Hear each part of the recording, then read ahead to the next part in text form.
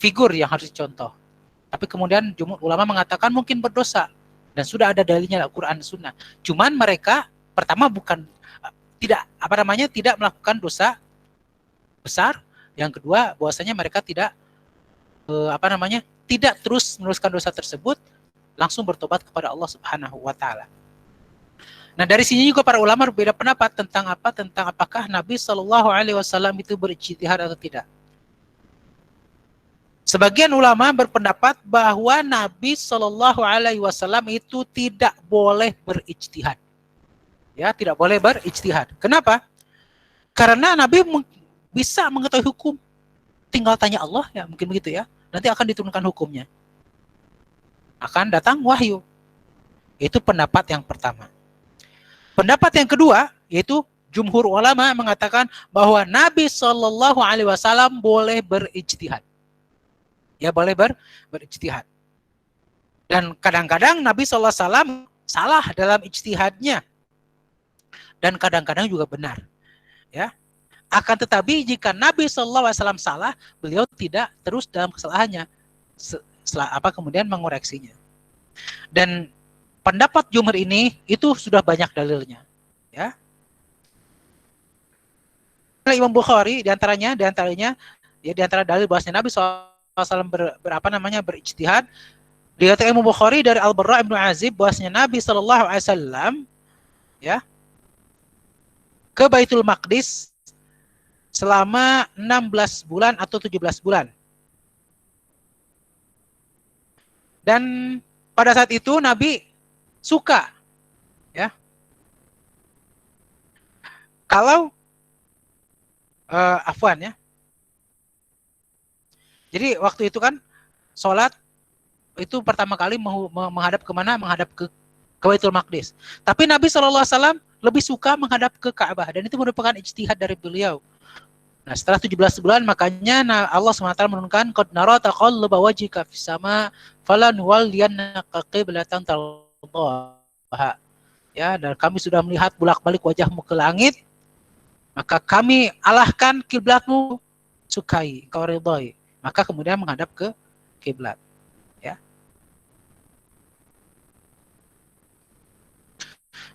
Dalil yang lain dalam hadis tentang hormat haramnya kota Mekah dalam riwayat Bukhari, ya. Itu juga ada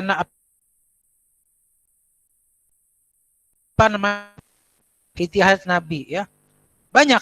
Dan contohnya lagi adalah dalam riwayat At-Tirmidzi dan Al-Hakim dan Ibnu Hibban dari Aisyah ketika turunnya awal permulaan surat Abasa, yaitu dari Aisyah mengatakan bahwa surat Abasa ini turun mengenai Ibnu Ummi Maktum, waktu yang buta matanya, ya.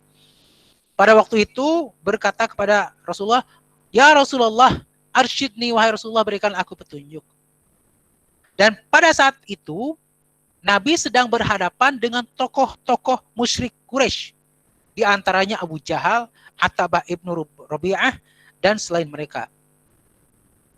Dan Nabi SAW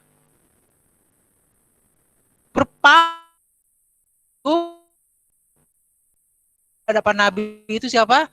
Adalah orang-orang yang tokoh-tokoh Quraisy yang lebih berpengaruh masuk Islam, Masya Allah, mungkin ya, seperti demikian ijtihad Nabi. Maka Nabi berpaling dari siapa? Dari Ibnu Maktum dan menghadap ke situ. Ditegur Allah Subhanahu wa taala, abasa wa tawalla an ja'ahul ama. Ya, wa ma yudrika la'allahu yazakka aw yadhakkaru fa tanfa'ahu dzikra amma man istaghna, dan selanjutnya. Ya. Bahwasanya Nabi SAW berijtihad ketika berpaling dari orang buta dan musyrik Quraisy. Ya. Tapi kemudian Allah Subhanahu wa taala menegurnya. Berarti ijtihadnya adalah sah, ya.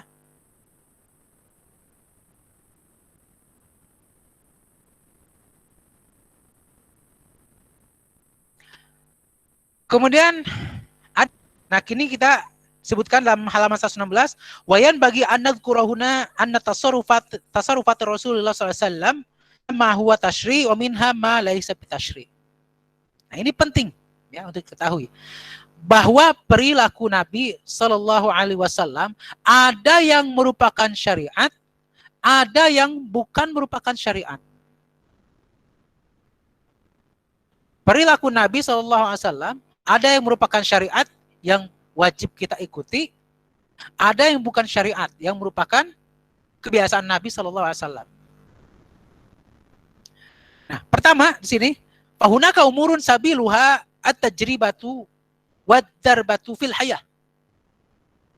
Jadi, merupakan percobaan ya dan kebiasaan dalam kehidupan serta pengalaman-pengalaman yang biasa dilakukan oleh manusia. Seperti masalah apa? Masalah ziraah, pertanian, masalah pengobatan, ya. Dan di sini Rasulullah SAW berijtihad seperti selainnya. Kadang-kadang ijtihadnya benar, kadang-kadang ijtihadnya salah. Dan itu bukan syariah. Ya.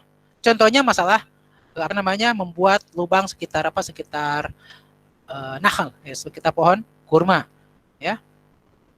Nabi pernah berpendapat tapi tidak bisa dilakukan, ternyata pada gagal panen, ya. Akhirnya Nabi mengatakan ini adalah antum a'lamu bi umuri dunyakum, kalian lebih tahu tentang perkara dunia kalian, ya.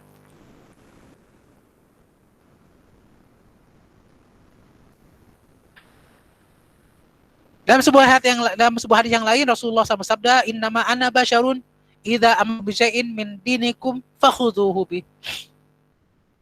Sungguhnya aku hanyalah manusia biasa. Jika aku memerintahkan kalian dengan perkara tentang perkara dalam agama kalian, maka laksanakan. Wa idza amartukum bi syai'in min ra'yi fa innama ana basyar. Tapi jika aku memerintahkan kalian dengan pendapatku, sesungguhnya aku hanyalah manusia. Ya, jadi ini demikian. Kemudian ada juga perkara yang dilakukan Nabi SAW itu merupakan pengaturan yang bersandar kepada kondisi-kondisi tertentu, ya, seperti pengaturan pembagian tentara, ya, pembagian pasukan di dalam perang, ya, juga dalam penyatuan barisan, kemudian mencari tempat untuk berkemah dan jalan untuk maju dan mundur. Ini bukan syariah, ya, yang harus dilaksanakan atau tidak, ya. Akan tapi termasuk perkara urusan manusia yang dimana bahwa apa yang dilakukan Rasulullah SAW itu bukanlah syariat dan juga bukan sumber syariat. Sebagai contoh, ketika perang dalam ingin berkemah di satu tempat, kemudian ditanya oleh sahabatnya, apakah ini perintah Allah atau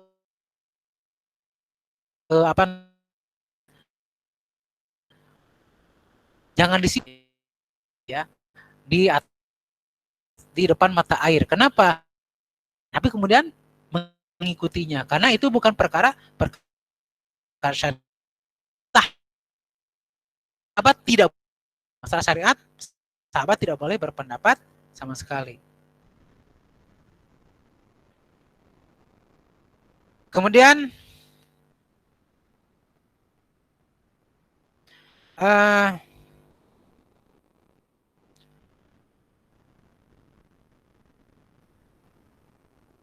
adapun masalah akidah, ya, masalah akidah ibadah yang disampaikan oleh Nabi SAW itu adalah pasti masalah syariat, ya, seperti masalah cerita-cerita kisah umat terdahulu, itu masalah syariat yang wajib kita percaya.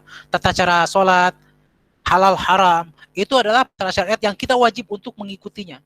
Yang dihalalkan oleh Allah, Rasulnya, kita halalkan. Yang diharamkan oleh Rasulullah, kita tinggalkan, ya. Termasuk ini masalah jenggot. Ini masalah syariat, bukan masalah duniawi. Rasulullah SAW memerintahkan kita untuk membiarkannya, kita biarkan, jangan kita potong, ya. Kenapa? Itu masuk kepada masalah ibadah, masalah syariat, bukan masalah kebiasaan Nabi. Memotong celana di atas mata kaki, itu masalah syariat, bukan masalah dunia, ya, bukan masalah ijtihad Nabi SAW. Apalagi kenapa? Karena diiringi dengan ancaman neraka. Kalau ada ancaman neraka itu berarti syariat, bukan pendapat lagi. Ya. Demikian juga tentang masalah apa? Masalah peradilan, masalah kepemimpinan. Jika disampaikan oleh Nabi SAW, maka itu bukan masalah ijtihad lagi. Seperti Nabi SAW memerintahkan khalifah itu Quraisy, maka itu adalah syariat. Ya, tidak boleh diganggu gugat lagi. Baik. Kemudian halaman 119 kita lihat talaqi sahabati, talaqa as-sahabatu atau talaqi sahabati an Rasulillah SAW. Bagaimana para sahabat menerima ilmu dari Rasulullah SAW. Ya. Di sini ya saya kurang setuju ya ketika Syekh Mana Al-Qattan mengatakan bahwa kehidupan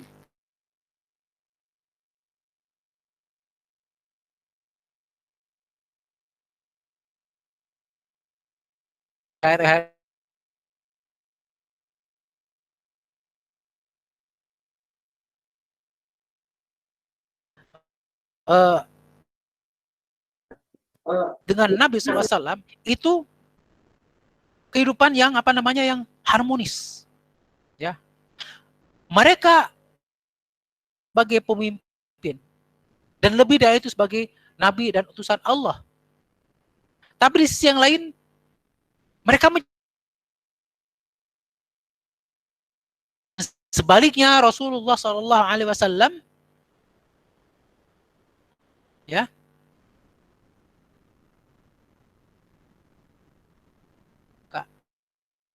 bahkan sampai di akhir hidupnya dipikirkan adalah umatnya. Ya.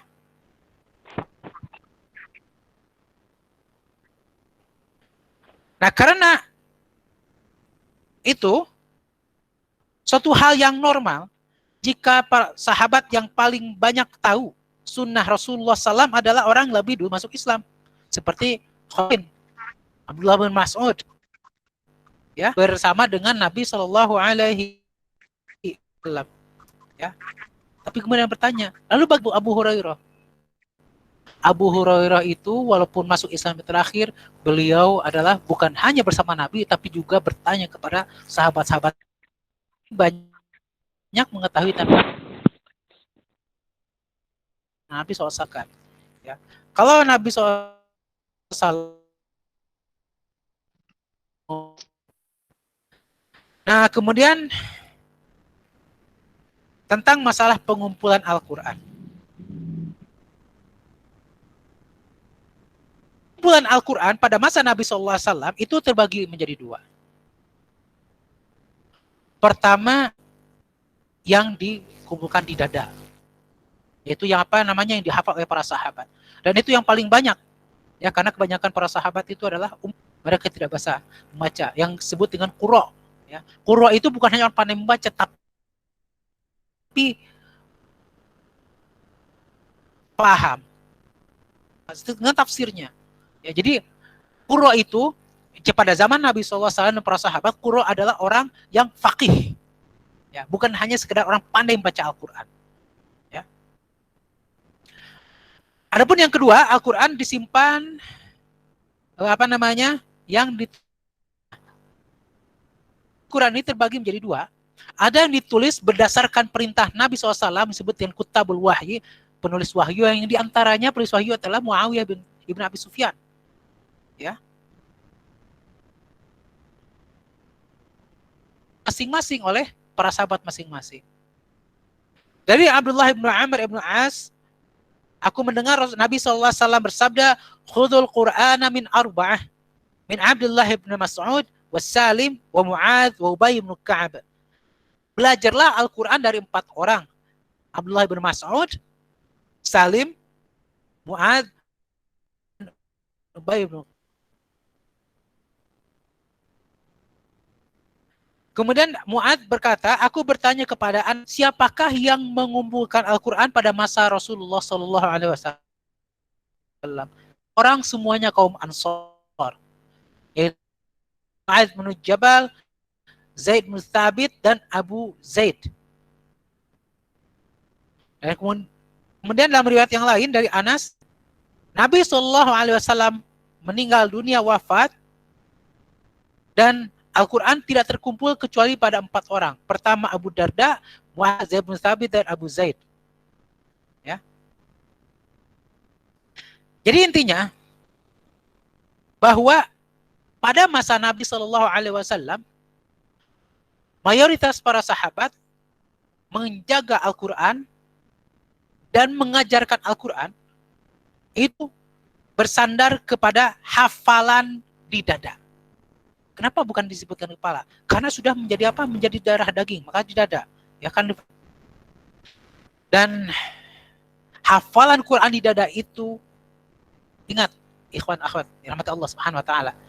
Hafalan Al-Quran di dada itu merupakan spesialisasi, keistimewaan umat Islam sepanjang masa yang tidak Allah berikan kepada umat yang lain. Ya.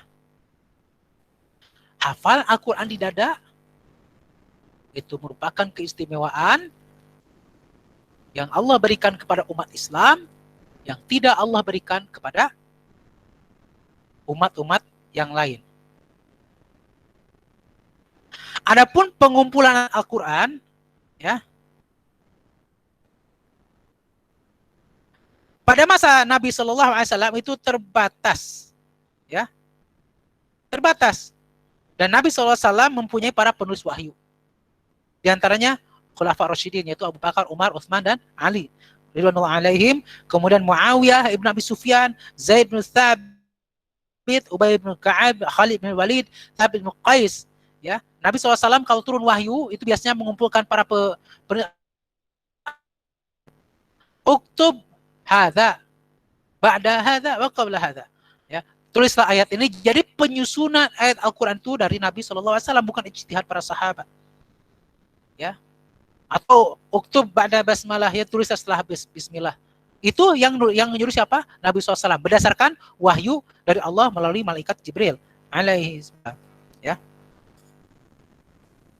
Dan ketika Nabi SAW wafat, Al-Quran itu sudah terjaga di dada-dada Al-Quran dan juga tertulis secara tertib, secara teratur, ya, sesuai dengan mushaf yang kita ada sekarang, ya.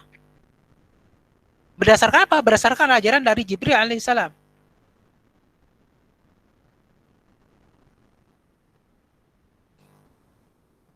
Pada masa Nabi Shallallahu Alaihi Wasallam, Al-Quran belum dikumpulkan menjadi satu seperti ini, ya, belum dikumpulkan. Kenapa? Karena ayat masih turun, dan antara wafatnya Rasulullah Sallallahu Alaihi Wasallam, antara berhentinya atau wafatnya turunnya wahyu terakhir itu waktunya hanya sebentar, ya. Jadi sudah tertulis lengkap, hanya belum disusun dalam satu mushaf, ya, tapi tertulis sudah lengkap dengan tertib catatan sesuai yang di Allah SAW. Itu apa namanya, tentang pengumpulan Al-Quran. Sekarang masalah ijtihad sahabat pada masa Rasulullah SAW. Apakah para sahabat berijtihad? Ini pertanyaan. Apakah para sahabat berijtihad? Ya.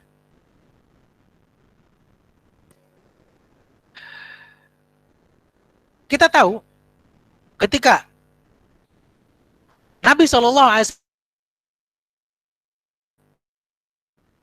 ke Yaman, Rasulullah SAW bertanya kepada Mu'adz, yang kisahnya seperti ini. Rasulullah bertanya, apa yang kamu lakukan jika ada satu permasalahan? Ya, kita terjemah secara bebas, al-qamakil. Ya. Maka Mu'adz bin Jabal mengatakan, aku akan cari dari kitab Allah.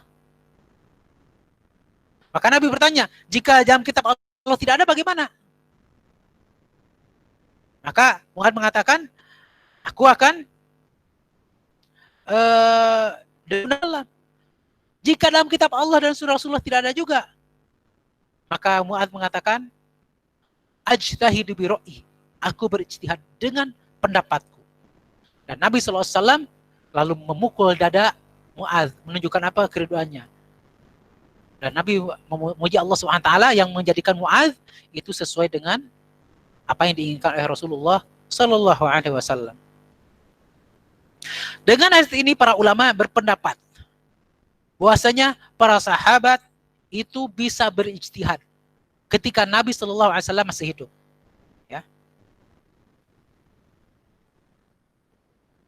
Nah, namun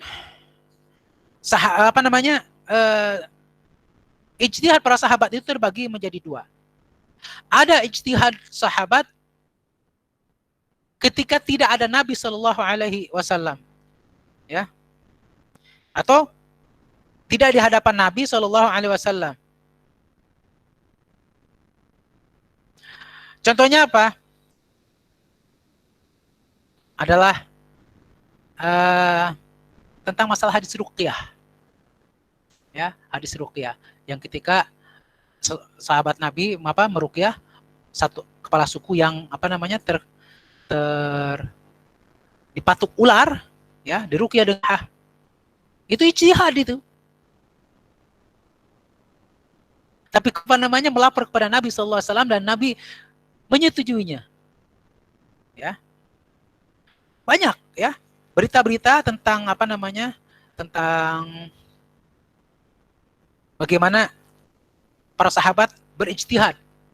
Ya, termasuk orang yang junub tidak mendapatkan air di pasir. Kenapa? Berijtihad, ya. Ijtihad kan kalau wudu dengan tayamum, nah kalau mandi berarti guling-guling di pasir, ya, seperti itu. Maka Nabi SAW kemudian mengatakan cukup bagi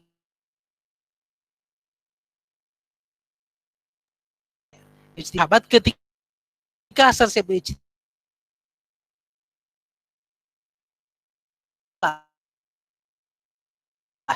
ya.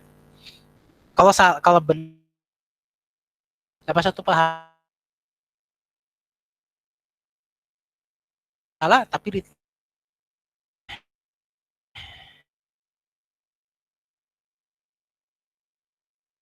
ya, contohnya adalah ketika Yahudi itu mereka berkhianat kepada Nabi Shallallahu Alaihi Wasallam, ya. Dan Bani Quraidah meminta kepada Rasulullah, jangan oleh Rasulullah, karena mereka tahu kalau dihukumi hukumannya sudah jelas, pengkhianat adalah dihukum mati, ya. Maka mereka meminta untuk dihukum oleh Sa'ad bin Mu'adz radhiyallahu anhu warḍah. Mu'adz menghukumi di hadapan Rasulullah SAW bahwa laki-lakinya dibunuh, ya, laki-laki keluarganya dijadikan tawanan perang atau dijadikan budak. Dan Nabi SAW menyetujui hukum tersebut, ya. Sampai mengatakan Nabi SAW bersabda, qadaita bihukmillahi azza wa ta'ala, ya, hadis riwayat Bukhari dan Muslim.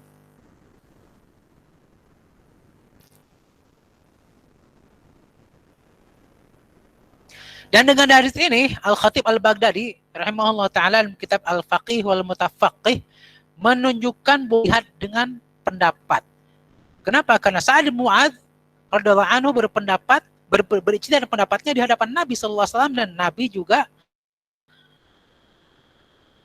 diberikan dalil oleh siapa? Oleh Syekhul Islam Ibnu Taimiyah Al-Qayyim Al-Jauziyah rahimahullah dalam kitab I'lam Al-Muwaqqi'in.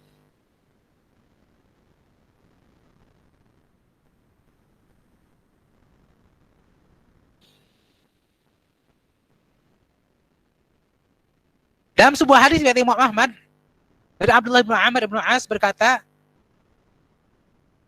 datang dua orang yang bertengkar kepada Rasulullah SAW meminta hukum.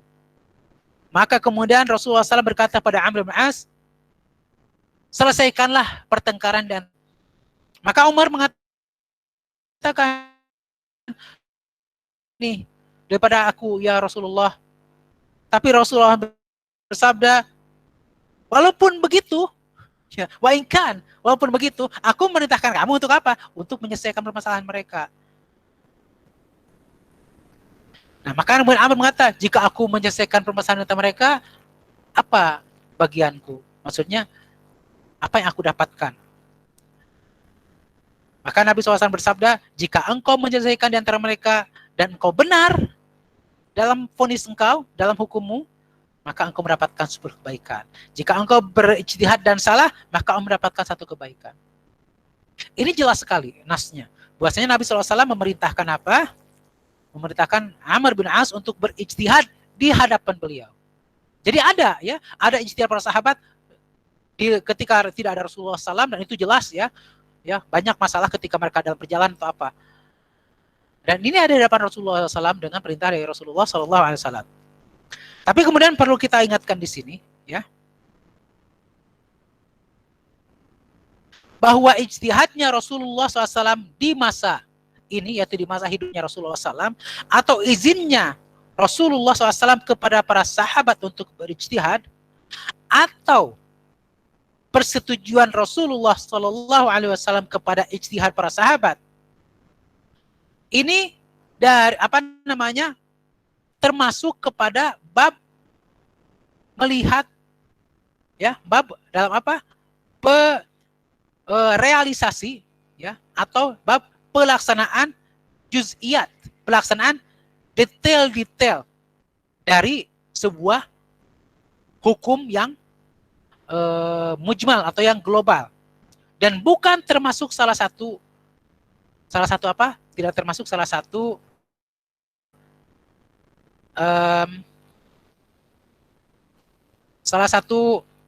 sumber syariah. Maksudnya apa?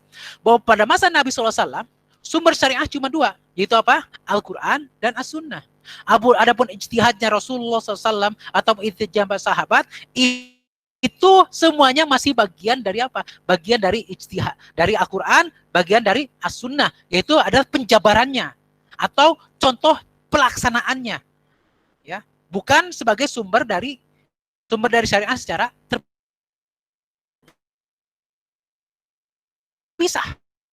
Ya, kenapa? Ijtihadnya Rasulullah SAW pada saat itu untuk kebutuhan. Itu artinya ayatnya belum ada, wahyunya belum turun, ya.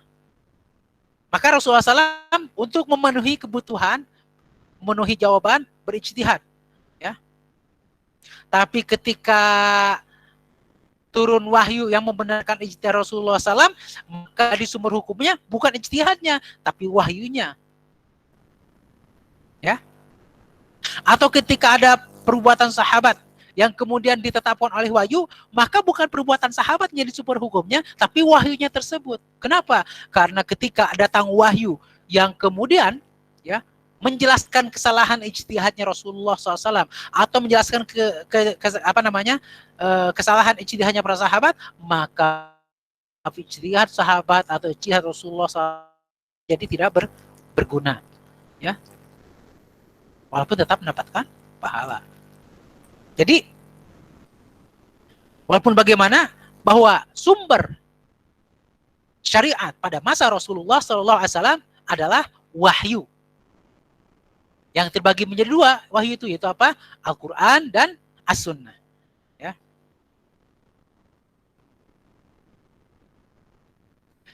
Nah, kemudian kita lihat Khasaisus Tasyri' fil Quran wa Sunnah, halaman 132, ya. Ciri-ciri atau kekhususan syariat di dalam Quran dan Sunnah.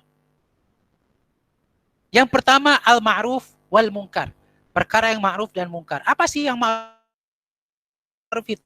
Itu adalah yang sesuai dengan syariat, atau yang dikenal syariat itu perbuatan yang baik, itu ma'ruf, ya.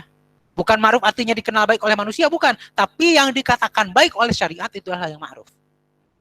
Adapun munkar adalah yang bertentangan dengan fitrah atau yang disebutkan sebagai perbuatan buruk oleh syariat, itu adalah munkar.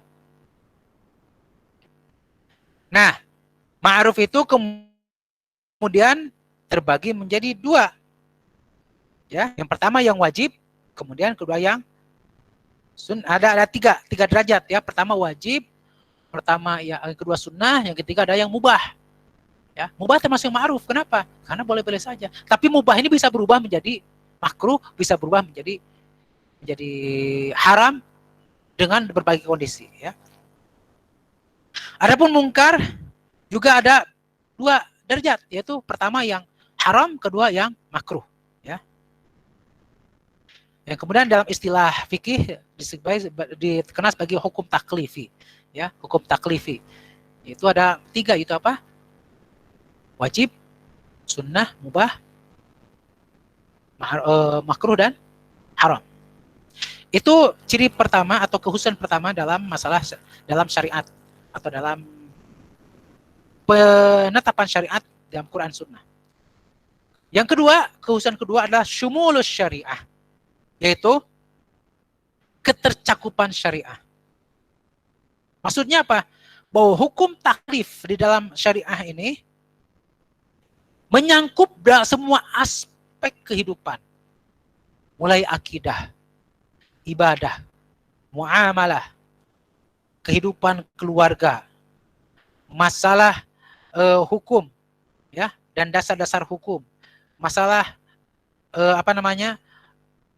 ekonomi, manajemen, kemudian perang, damai, dan juga masalah-masalah individual ya, yang dalam hukum undang-undang kontemporer masalah individual itu tidak boleh diusik, tapi dalam syariah itu dimasuki dari yang masalah yang paling pribadi sampai masalah yang mencakup jamaah ya, dari masalah paling pribadi sampai masuk masalah jamaah. Kemudian kekhususan yang ketiga dari tasyri' atau penetapan syariat dalam Al-Quran Sunnah adalah bahwa syariah itu adalah kullun la yaqbalu tajzi'ah. Bahwa syariah itu merupakan satu kesatuan ya, satu kesatuan yang tidak boleh dipisah-pisah, tidak boleh dibagi-bagi ya. Yang kemudian satu kesatuan ini disebut sebagai apa? Disebut sebagai Islam ya. Satu kesatuan ini disebut sebagai Islam. Oleh karena itu sebagai orang manusia tidak boleh kemudian mengambil, saya hanya ngambil hukum warisnya saja, yang lain tidak mau. Oh, tidak bisa. Atau ngambil hukum yang rukun Islam saja, yang lain tidak mau melaksanakan. Tidak bisa. Ini satu kesatuan. Kalau antum mau menerima kewajiban sholat, maka antum juga harus menerima kewajiban zakat. Antum juga harus menerima kewajiban puasa. Antum juga harus menerima kewajiban yang lain. Kalau antum mengakui bahwasanya khamar itu haram, maka antum juga harus mengakui bahwasanya riba juga haram. Kenapa? Dan antum harus mengakui bahwasanya pacaran itu haram. Antum mengakui bahwasanya menutup aurat itu adalah wajib. Karena itu adalah satu kesatuan. Kemudian kekhususan yang keempat, nusus syariah Islamiyah wa kifayatuha bi hajatil basyariyah. Bahwa nas-nas, teks-teks syariah Islam itu sudah mencukupi kebutuhan manusia. Ya. Teks-teks Al-Quran dan Al-Sunnah sepanjang zaman dan sepanjang masa. Ya. Kita katakan tadi bahwa nusus syariah itu ada yang qat'i, ada yang muhtamal. Qat'i itu adanya tidak bisa ditafsirkan lain-lain, muhtamal ya bisa tafsirkan. Nah, ini ya, yang muhtamal ini yang yang kemudian kita bisa berijtihad dalamnya. Kita bisa mengkiaskan dalamnya dan sebagainya. Ya. Dan orang pun berbeda-beda pemahaman tentang hukum-hukum yang muhtamal di sini. Ya, ihtimal itu artinya apa? Ini untuk itu, ya. Nah, sekarang hukum-hukum yang ada dalam Quran dan Sunnah apa saja? Pertama, tentang masalah iman. Ya, rukun iman lah secara umumnya. Secara keseluruhan. Yang kedua, tentang hukum yang berhubungan antara hamba dengan Robnya. Ya. Seperti rukun Islam. Ya. Kemudian yang ketiga adalah hukum yang berhubungan dengan urusan keluarga. Ya, mulai dari nikah, mahar dan segala macamnya. Yang keempat adalah hukum yang berhubungan dengan apa namanya? Muamalah, ya, interaksi sesama manusia, ya. Interaksi manusia dan transaksi. Interaksi dan transaksi. Kemudian yang kelima, hukum-hukum yang berkaitan dengan sistem kenegaraan, ya, dan juga masalah politik dan segala macamnya, ya, termasuk hak-hak, hak-hak pemimpin, hak-hak rakyat dan selanjutnya. Yang keenam, hukum yang berhubungan dengan apa? Dengan jinayat. Jinayat itu adalah dengan pidana, ya. Hukum pidana ada dalam Al-Quran dan Sunnah. Yang ketujuh, hukum yang berhubungan tentang hubungan internasional, ya, hubungan antara negara Islam dengan negara-negara lainnya. Yang kedelapan, hukum yang berhubungan dengan apa? Dengan pakaian, minuman, makanan, ya. Dan yang kesembilan, ya, hukum berhubungan tentang adab-adab sosial dan akhlak-akhlak yang mulia. Jadi sangat lengkap, ya. Tidak hukum pun di dunia ini yang mencakup seperti Al-Quran dan As-Sunnah. Nah, kemudian kita lihat hukum-hukum apa saja yang dibatalkan atau diingkari oleh Al-Quran dan As-Sunnah. Yang pertama adalah akidah-akidah yang sesat, ya, seperti akidah animisme atau juga syirik, kufur dan sengaja itu ditinggalkan, ya. Makanya tidak bisa kita kemudian apa namanya menyatukan akidah yang rusak dengan akidah yang benar, karena itu sudah ditentang dalam Al-Quran dan Sunnah. Yang kedua, yang diingkari atau dibatalkan dalam Al-Quran adalah perbuatan-perbuatan buruk seperti zina, seperti apa, membunuh anak laki-laki karena takut apa? Takut miskin, membunuh anak perempuan karena takut malu dan lainnya. Yang ketiga, yang dibatalkan dalam Al-Quran dan Sunnah adalah pernikahan-pernikahan jahiliyah, ya, seperti beberapa laki-laki berkumpul kemudian menggauli seorang perempuan, ya, kemudian setelah perempuan itu hamil, mereka semua tidak berhenti, tidak menggaulinya. Setelah lahir, ya, dikumpulkan semua laki-laki yang pernah menggunakan perempuan tersebut, lalu dilihat, kata perempuan ini anak kamu dan tidak boleh menolak orang yang dipilihnya. Na'udzubillah min dzalik, ya.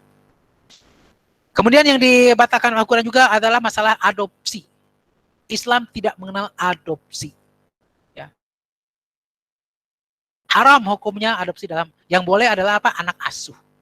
Tapi adopsi tidak. Itu Allah sebutkan dalam surat Al-Ahzab ayat 4 dan 5. Kemudian yang dibatalkan Al-Quran adalah khamar, minuman memabukkan, judi, kemudian taruhan dan lain-lain. Kemudian keenam adalah ketidakadilan, ya, di dalam atau merasa adanya apa? Satu kaum merasa lebih tinggi dari kaum yang lain, ya. Dan selanjutnya, ya. Nah, kita lanjutkan halaman 139. Tarikh Tashri' Ba'dil Ahkam. Syariatan sebagian hukum.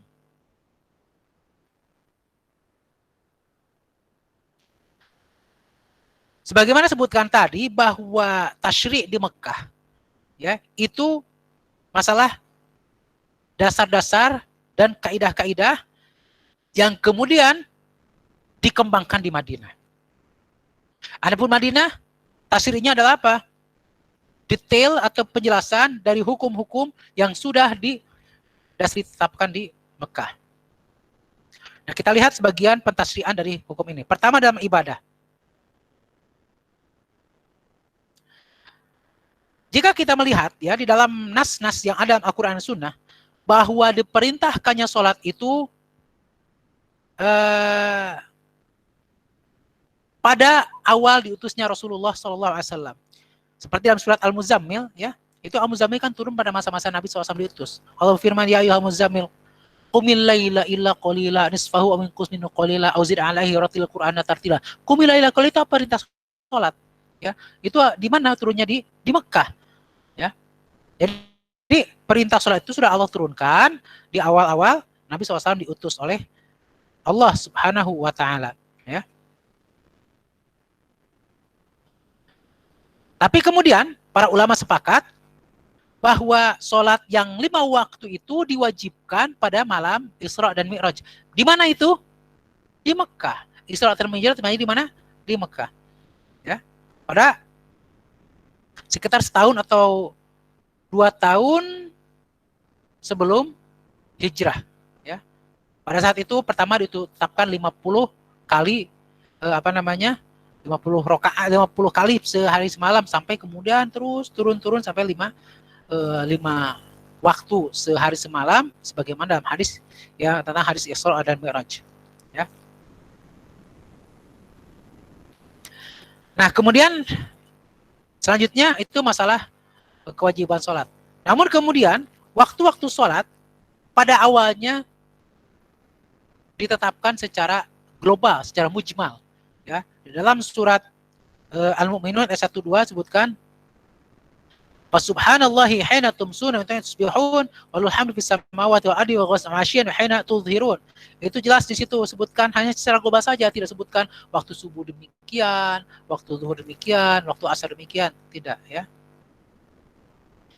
Kemudian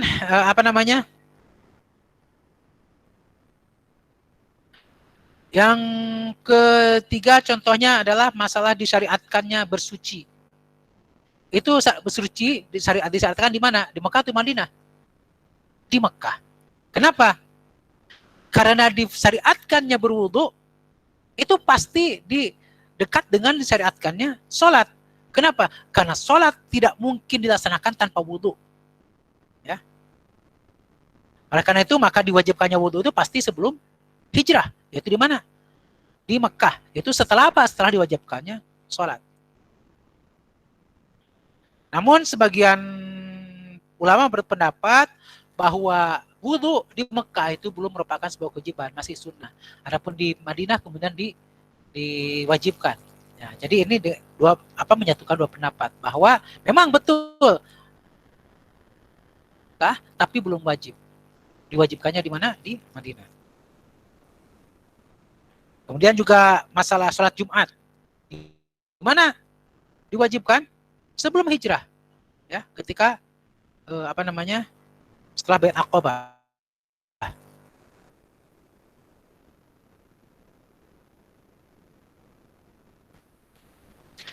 Dan disyariatkannya adzan itu kapan? Tahun pertama Hijriah, ya. Adzan yang seperti kita kenal sekarang ini melalui mimpi kepada beberapa orang sahabat, ya.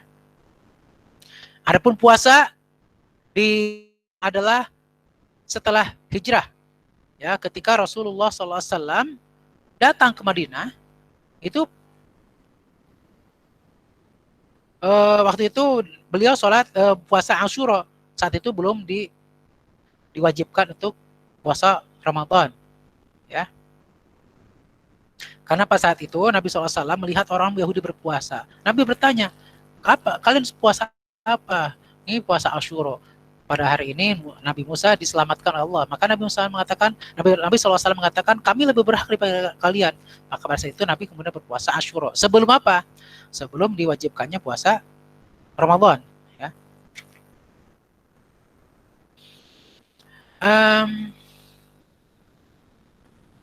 Kita lewati itu, ya, karena ini banyak sekali. Itu masalah tasyri' dalam ibadah. Sekarang dalam muamalah, halaman 153. Tasyri' dalam muamalah ketika masa Rasulullah SAW. Pada surat Al-Mutaffifin itu diharamkan tafif. Tafif itu apa? Menipu, ya. Menipu dalam timbangan dan dalam ukuran ketika berdagang.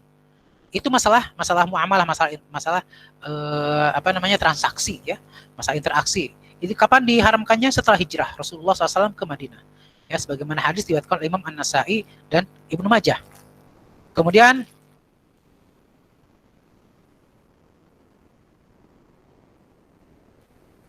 dalam masalah apa namanya, kita lihat dalam masalah 94 ya, disyariatkannya wakaf itu pada tahun ke-7 setelah hijrah ya. Kemudian disyariatkannya atau diharamkannya menjual khamar, bangkai, kemudian babi dan berhala itu pada tahun ke-8 Hijriah ya. Ketika apa? Ketika Mekah sudah ditaklukkan ya. Dan kebanyakan hukum-hukum akad trans itu disyariatkan pada tahun ke-10 Hijriah. Jadi 1 tahun sebelum Rasulullah SAW wafatnya. Jadi di Mekah itu hukum-hukum tentang muamalah, tentang ibadah itu turun secara konstan ya. Banyak hukum yang turun waktu itu. Dan diharamkannya riba itu pada setelah apa namanya, pada tahun 7 Hijriah setelah perang Khaybar ya. Itu dalam masalah muamalah, tasyri dalam masalah muamalah. Kemudian tasyri pada masalah hukum keluarga atau lebih dikenal ahwal asyakhsiyah. Pada awal-awal fase Madinah ya, disyariatkan hukum-hukum nikah. Dan kebanyakan dan banyak itu pada surat An-Nisa. Contohnya surat apa? Surat An-Nisa ayat ke-3 dan ke-4 ya. Fankihu ma taba lakum minan nisa masna wa thulatha ruba' dan selanjutnya. Ya. Kemudian pada saat tahun ketiga yaitu setelah perang Uhud itu turunlah ayat-ayat tentang faraid. Ayat atau faraid itu tentang masalah bagi waris dalam Islam. Lalu Allah Subhanahu wa taala mensyariatkan talak raj'i dan khulu serta iddah pada tahun ketiga Hijriah ya. Di mana diturunkan waktu itu surat At-Talaq. Lalu disyariatkannya untuk minta izin jika mau masuk rumah seorang atau mau masuk jika anak mau masuk kamar orang tuanya, dan juga hijab ya. Awalnya pada tahun ke-5 Hijriah. Yang awalnya itu hijab itu khusus bagi istri-istri Nabi SAW dalam surat Ahzab ya. Nah, ini yang penting halaman 163, lihat ya, nomor 7, halaman 163. Wa kana nikahul mut'ati yusamma az-zawajil muaqqatu mubahan li daruratil ghazwi was safar. Dulu nikah mut'ah atau nikah sementara ya, itu dibolehkan karena apa? Karena kebutuhan perang dan kebutuhan perjalanan. Tsumma nuhiya anhu fi ghazwati Khaybar. Lalu kemudian dilarang atau tidak diperbolehkan pada perang Khaybar. Tsumma ubiha, lalu dihalalkan lagi. Tsumma nuhiya anhu fi ghazwatil Fath. Lalu kemudian dilarang lagi pada perang Fathu Makkah. Tsumma ubiha fi ghazwati Autas. Ba'daha 3 ayyam tsumma muni'a. Lalu diperbolehkan lagi pada perang Autos 3 hari, lalu kemudian dilarang. Dan ini pada tahun 8 Hijriah. Artinya apa? Memang nikah mut'ah ini pernah diperbolehkan, pun dilarang, perbolehkan lagi, larang lagi, perbolehkan dan larang lagi untuk selamanya sampai hari kiamat. Ya. Perang bersama Rasulullah SAW dan kami tidak membawa istri-istri kami. Maka kami mengatakan, bolehkah kami dikebiri? Ya kenapa? Karena untuk menjaga agar jangan sampai syahwatnya merusak. Ya. Maka Rasulullah SAW melarang kami untuk itu. Kemudian pada saat itu kami diperbolehkan ya untuk menikahi perempuan dengan dengan saub, yaitu dengan mahar ila ajal, untuk secara temporer ya. Artinya apa? Sampai waktu tertentu. Lalu kemudian Abdullah bin Mas'ud membaca ya ayyuhalladzina amanu la tuharrimu thayyibatin halallahu lakum, muttafaq alaih. Kemudian dari Ali radhiyallahu anhu berkata bahwasanya Rasulullah SAW melarang untuk nikah mut'ah dan melarang makan keledai peliharaan pada perang Khaybar. Kemudian dalam riwayat yang lain, Rasulullah SAW melarang dari menikah mut'ah perempuan pada perang Khaybar. Ya.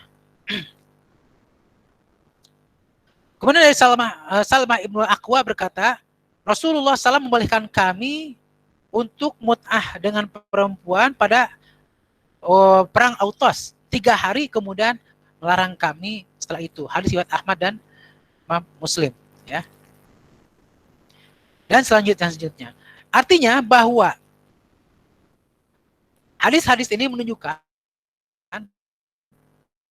memang nikah mut'ah perbolehkannya karena kebutuhan perang saja. Setelah itu diharamkan untuk selamanya. Kemudian pada saat itu juga ya, dalam masalah muamalah bahwa wasiat itu wajib pada asalnya. Ya. Lalu kemudian dan pada tahun ke-10 Hijriah wasiat tidak boleh lebih dari sepertiga. Ya, Nabi SAW melarang wasiat lebih dari sepertiga warisan yang ada. Kemudian dalam masalah pidana, tasri dalam masalah pidana, disyariatkannya rajam untuk orang berzina yang sudah menikah atau pernah menikah, itu pada tahun ke-4 Hijriah. Ya. Kemudian dalam hadis juga menunjukkan bahwasanya had atau hukum zina ini diterapkan bukan hanya kepada muslim saja, tapi orang kafir yang berzina di negara Islam pun dihukum rajam jika sudah pernah menikah. Kenapa sebutkan menikah? Mungkin dia duda, tapi dia lebih memilih berzina daripada menikah lagi, maka itu hukumnya adalah rajam. Ya. Dan itu adalah madhab jumhur. Adapun kalau yang belum pernah menikah, maka hukumannya apa? 100 kali cambuk dan diasingkan selama setahun. Dan pada tahun ke-4 Hijriah itu disyariatkan hukuman qadzaf. Apa itu qadzaf? Qadzaf itu adalah orang yang menuduh orang lain berzina tapi tidak bisa mendatangkan 4 orang saksi, ya. Maka dia harus dicambuk sebanyak 80 kali, kemudian dilarang untuk bersaksi sampai dia bertobat. Lalu kemudian pengharaman khamar itu melalui beberapa tahapan, ya, sampai kemudian diharamkan secara qat'i pada akhirnya.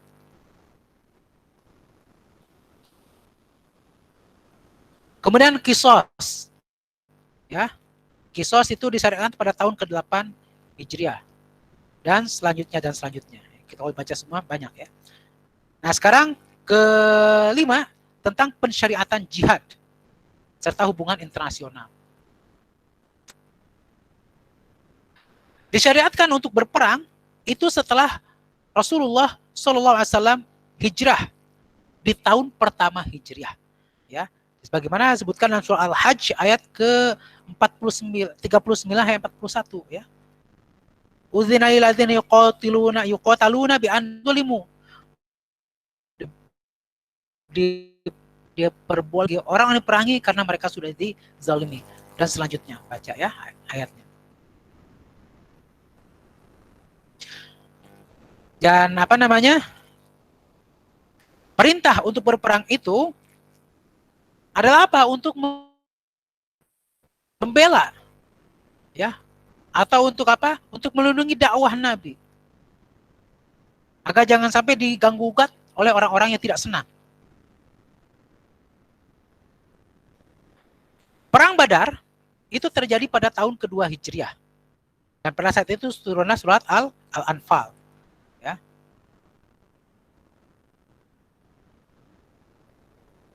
Ketika Nabi SAW tiba di Madinah, orang-orang kafir itu terbagi menjadi 3 bagian. Pertama adalah orang kafir yang berdamai dengan Rasulullah SAW, ya, dan bersepakat atau istilahnya sepakat untuk tidak memeranginya. dan juga tidak mengancamnya, serta tidak bersepakat dengan musuh-musuhnya, ya. Dan orang seperti adalah mereka orang yang aman harta dan jiwa mereka. Siapakah mereka? Ada orang-orang Yahudi ada di Madinah. Kemudian orang kafir yang memerangi Rasulullah SAW dan musuhinya itu orang-orang musyrik Quraisy dan selainnya. Yang ketiga adalah orang-orang yang Rasulullah yang membiarkan Rasulullah SAW. Mereka kelihatan Islam tapi dalam hatinya adalah mereka kafir. Itu orang munafik, ya. Yang dipimpin oleh siapa? Oleh Abdullah bin Ubay bin Salul, la'anahullah.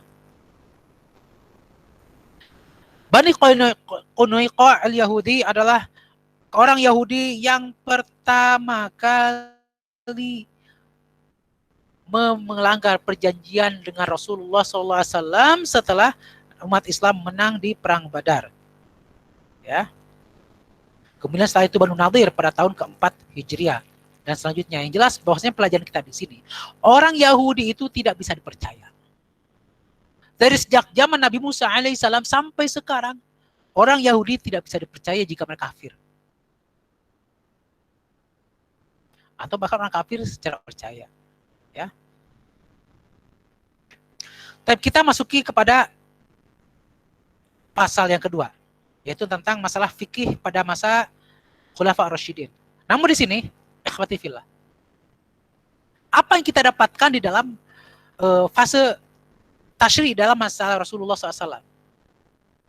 Pertama, ya, inti dari yang kita pelajari tadi. Pertama, bahwa tasyri' itu merupakan hak Allah dan Rasulnya.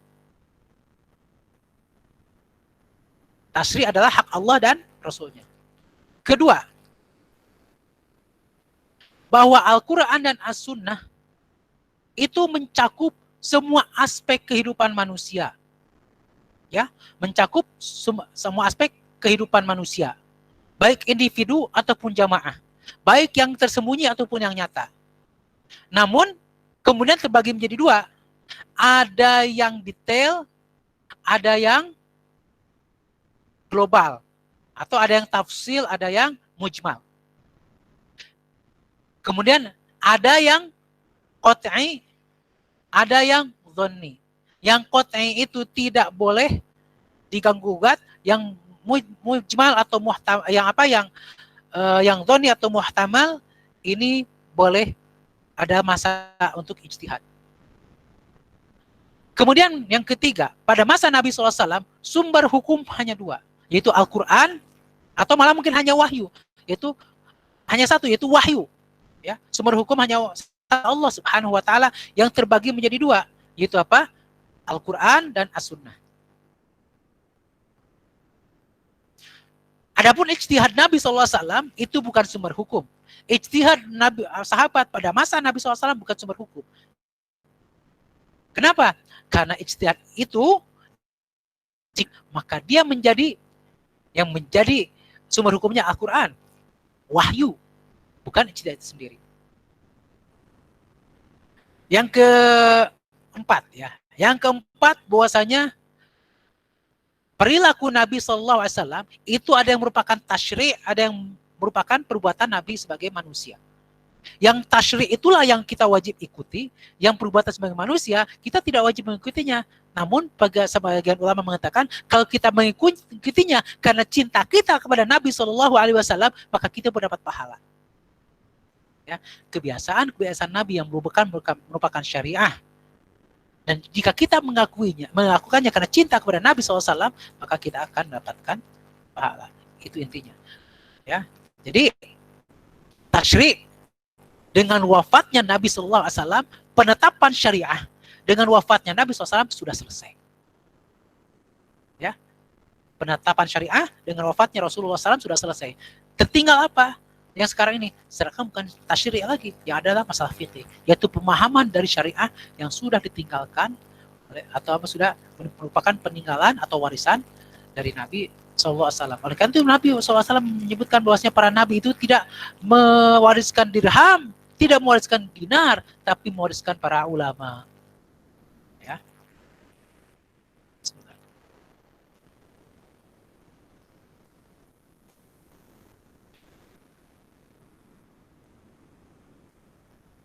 Baik, kita sekarang halaman 183, Al-Fiqhu fi Asr Khulafa'ir Rasyidin. Fiqih pada masa Khulafa ar-Rasyidin. Sebentar, ini gelap, saya mau di mana?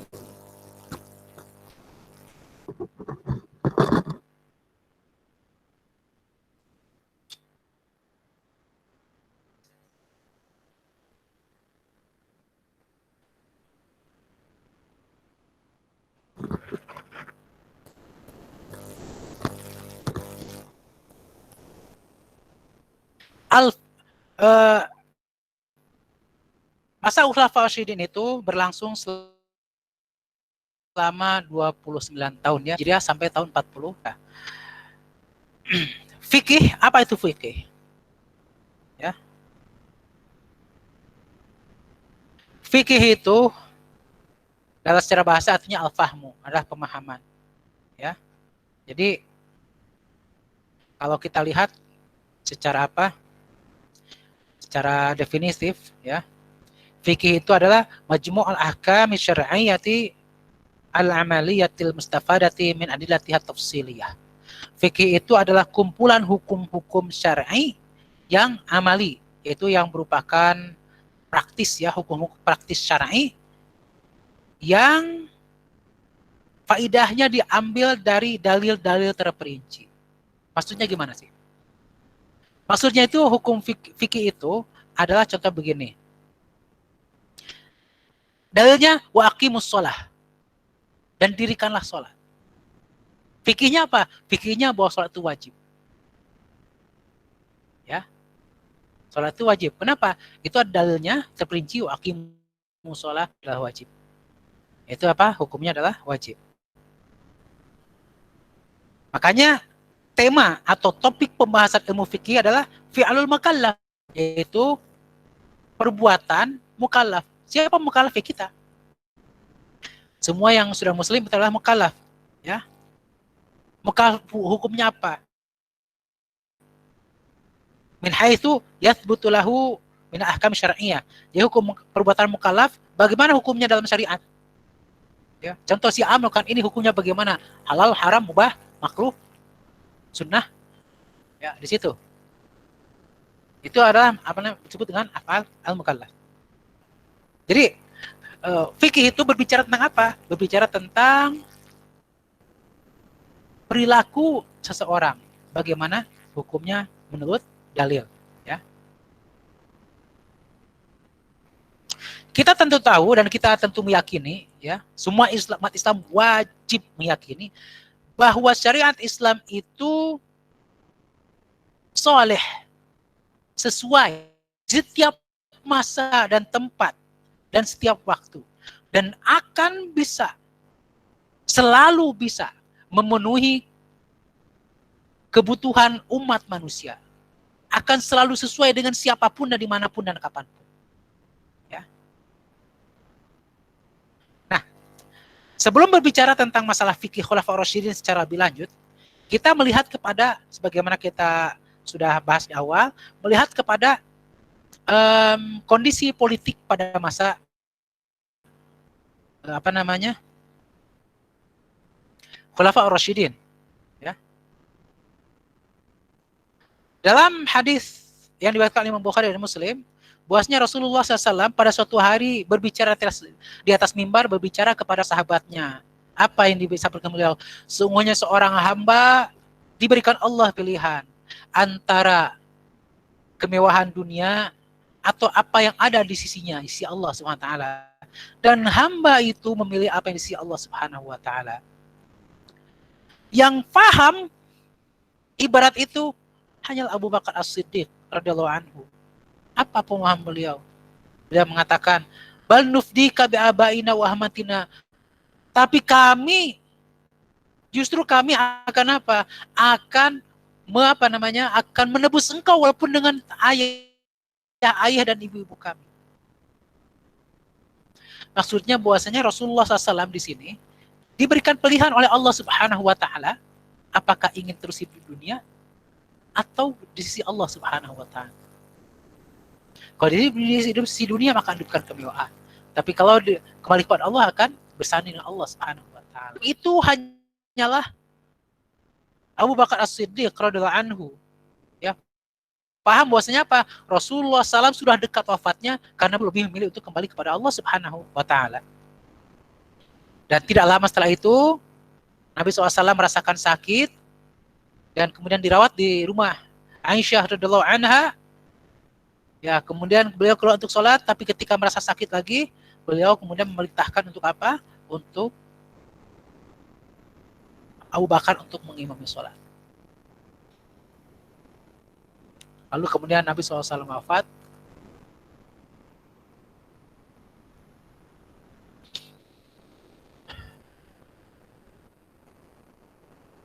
Umat Islam waktu itu ragu. Apakah benar Rasulullah SAW sudah wafat?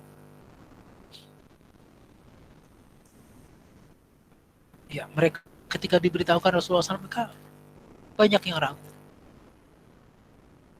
Dan yang paling meragukan kabar bahwasanya Nabi SAW sudah wafat adalah Umar bin Khattab radhiyallahu anhu. Bukan karena tidak percaya, tapi karena beliau sangat cinta kepada Rasulullah SAW. Beliau tidak ingin ditinggal oleh Rasulullah SAW, sehingga ragu dengan wafatnya Rasulullah SAW tersebut. Namun, disinilah kita lihat bagaimana keteguhan iman seorang Abu Bakar As-Siddiq radhiyallahu anhu yang bergelar As-Siddiq. Yang kalaulah ada Nabi setelah Nabi SAW, maka beliau adalah ibaratnya Nabi Harun bagi Nabi Musa alaihissalam. Abu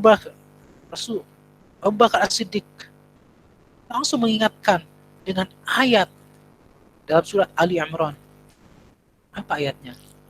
Wa ma Muhammadun illa rasul qad khalat min qablihi ar-rusul afa imma ta'uqtilan qalabtu ala aqabikum wa may yanqalib ala aqibahi fala yadurru Allah syai'a wa sayajillahu syakirin. Tidaklah sekali-kali Muhammad itu adalah kecuali hanyalah utusan Allah, dan sudah ada utusan-utusan Allah sebelumnya. Apa jika dia mati atau terbunuh, kalian akan berpaling lagi? Kemudian Abu Bakar juga mengatakan, innaka mayyitun wa innakum mayyitun. Kamu mati, wa innahum mayyitun, kamu ini mati dan mereka juga pasti akan mati.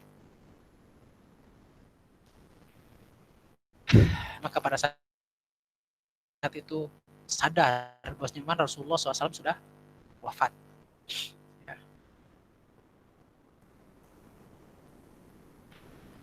Baru saja Rasulullah SAW wafat, maka sudah mulai muncul perbedaan pendapat di antara para sahabat. Ya. Bahkan hampir saja perbedaan pendapat itu berbahaya bagi persatuan umat Islam pada saat itu. Kenapa? Karena para sahabat berbeda pendapat tentang siapa yang akan menggantikan kepemimpinan Rasulullah SAW setelah wafat. Ini menunjukkan apa? Menunjukkan bahwasanya masalah kepemimpinan, masalah kenegaraan itu tidak bisa dipisahkan dari ajaran Islam. Ya. Bahkan sunnahnya Rasulullah SAW, pemimpin negara adalah imam sholat. Imam sholat adalah pemimpin negara. Ya, kalau sekarang contohnya ada masjid kecamatan, harusnya yang jadi imam itu camatnya. Kalau ada masjid provinsi, yang jadi imam adalah gubernurnya. Ya, sunnahnya ada seperti itu.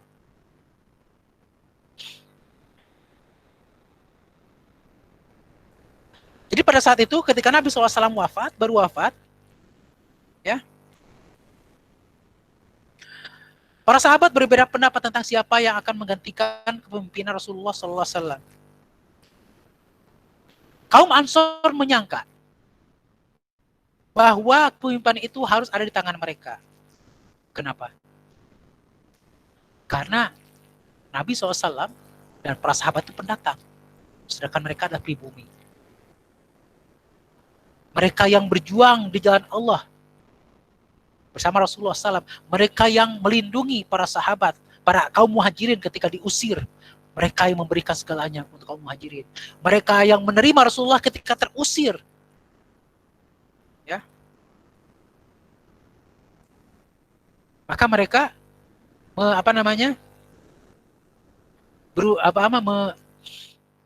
berpendapat bahwasanya yang berhak untuk mendapatkan tampuk kepemimpinan adalah kaum Ansor, dan mereka mencalonkan Sa'ad bin Ubadah yang merupakan pemimpin kaum Khazraj. Ya. Tapi kemudian, ya mereka waktu itu Bani Thaqif, ya, bermusuhan di sana kaum Ansor. Tapi kemudian hal itu terdengar oleh para tokoh-tokoh kaum Quraisy, tokoh-tokoh kaum Muhajirin. Maka Abu Bakar dan Umar serta Abu Ubaidah bin Jarrah cepat-cepat datang ke pertemuan kaum Ansor tersebut, lalu di situ bermusyawarah. Di sini ya, pentingnya bermusyawarah. Jangan qila wa qala, tapi musyawarah di situ, ya. Lalu Abu Bakar mengatakan, kamilah para pemimpin, kalian adalah wazir, yaitu menjadi menteri-menteri kami, pembantu kami, ya, dan segala macamnya. Dan Abu Bakar mengingatkan pada mereka bahwa yang namanya kepemimpinan itu adalah dari Quraisy, sebagaimana disabdakan oleh Rasulullah Sallallahu Alaihi Wasallam. Ya. Akhirnya sampai kemudian Umar bin Khattab cepat-cepat membayar Abu Bakar As-Siddiq, dan kemudian Ansor dengan kebesaran hati mereka, dengan ketundukan mereka kepada Rasulullah SAW, lalu ikut membakar Abu Bakar As-Siddiq. Maka jadi Abu Bakar As-Siddiq sebagai khalifah yang pertama. Ya. Namun subhanallah, ya, di sini langsung diuji. Abu Bakar As-Siddiq langsung diuji dengan apa? Dengan orang-orang yang tidak membayar zakat. Ya. Maka Abu Bakar As-Siddiq mengatakan apa? Demi Allah, jika mereka tidak mau mengeluarkan harta sebagaimana mereka mengeluarkan harta zakat, maksudnya di masa Rasulullah SAW, aku akan perangi mereka. Ya. Bahkan Umar bin Khattab pun sampai terkejut melihat Abu Bakar As-Siddiq yang lembut, tapi ketika berurusan dengan masalah hukum Allah itu tidak ada sama sekali toleransi. Ya. Iman yang bicara di sini. Subhanallah. Kenapa? Karena mereka sudah murtad, tidak membayar zakat. Ya. Nah, kemudian setelah itu Umar bin Khattab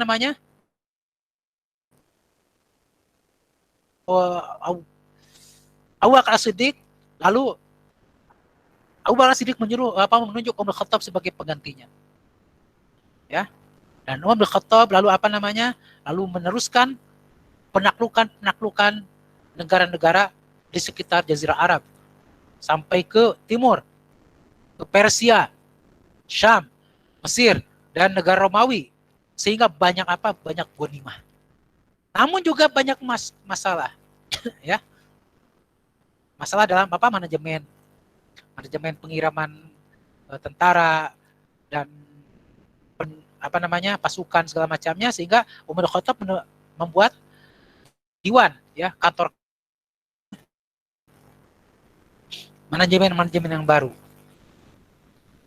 Lalu setelah Umar bin Khattab siapa? Utsman bin Affan. Ya. Pada masa awal-awalnya,